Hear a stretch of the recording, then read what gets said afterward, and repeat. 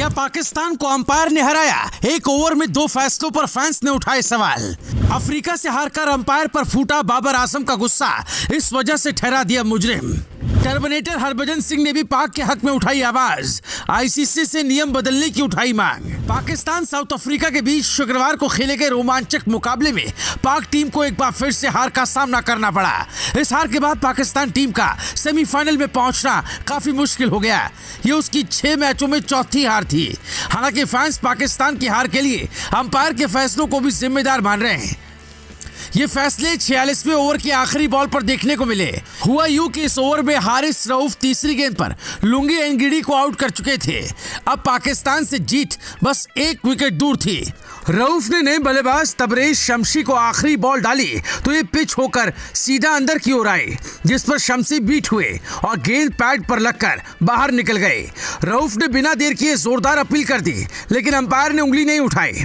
तुरंत बाद रऊफ ने रिव्यू ले लिया, जिसमें नजर आया कि पिचिंग आउटसाइड ऑफ थी, इंपैक्ट इनलाइन था, जबकि विकेट्स हिट कर रहा था। हालांकि अंपायर्स कॉल था, इसीलिए शमशी आउट होने से बच गए।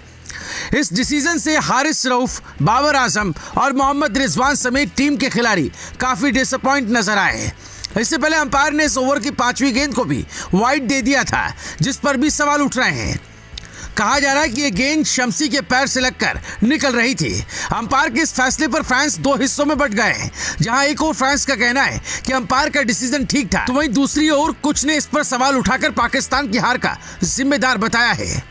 टीम इंडिया के खिलाड़ी रहे और टर्मिनेटर के नाम से मशहूर हरभजन सिंह ने भी पाक के हक में आवाज उठाते हुए अंपायर के फैसले पर सवाल उठाए हैं। भज्जी ने ट्वीट करते हुए लिखा, खराब अंपायरिंग और खराब नियमों का खामियाजा पाकिस्तान को इस मैच में भुगतना पड़ा।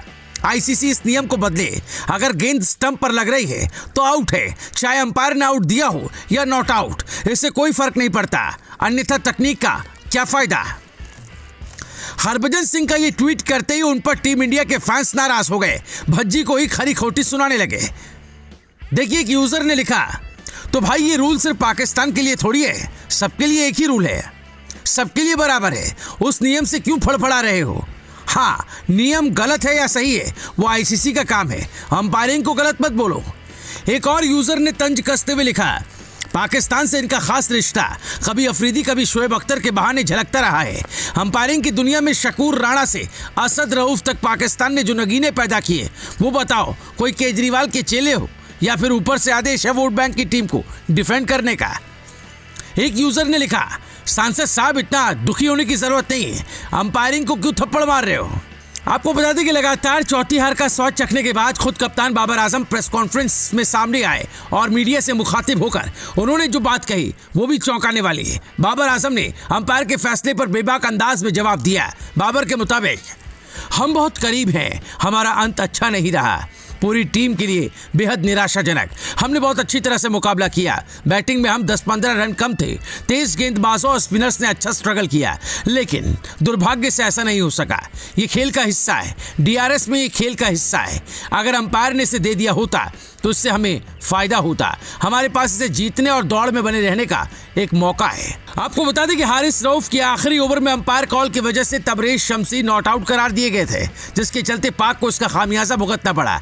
बाबर आजम वर्ल्ड कप 2023 में बड़ी पारी नहीं खेल सके, हालांकि उन्होंने अब तक मेगा इवेंट में लगातार 3 अर्धशतक जड़े।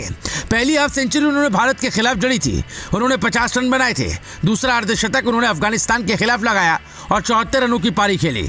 इसके अलावा तीसरा अर्धशतक बाबर आजम ने साउथ अफ्रीका के खिलाफ इस मैच में जड़ा।